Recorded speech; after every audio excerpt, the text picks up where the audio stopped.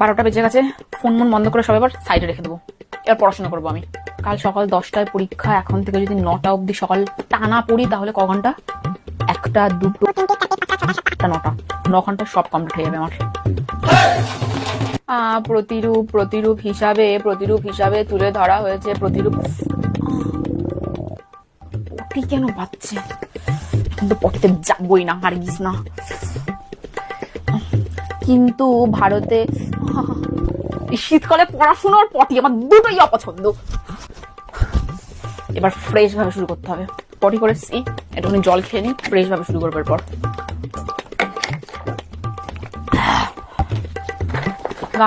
গান্ধী ত্যাগের মাধ্যমে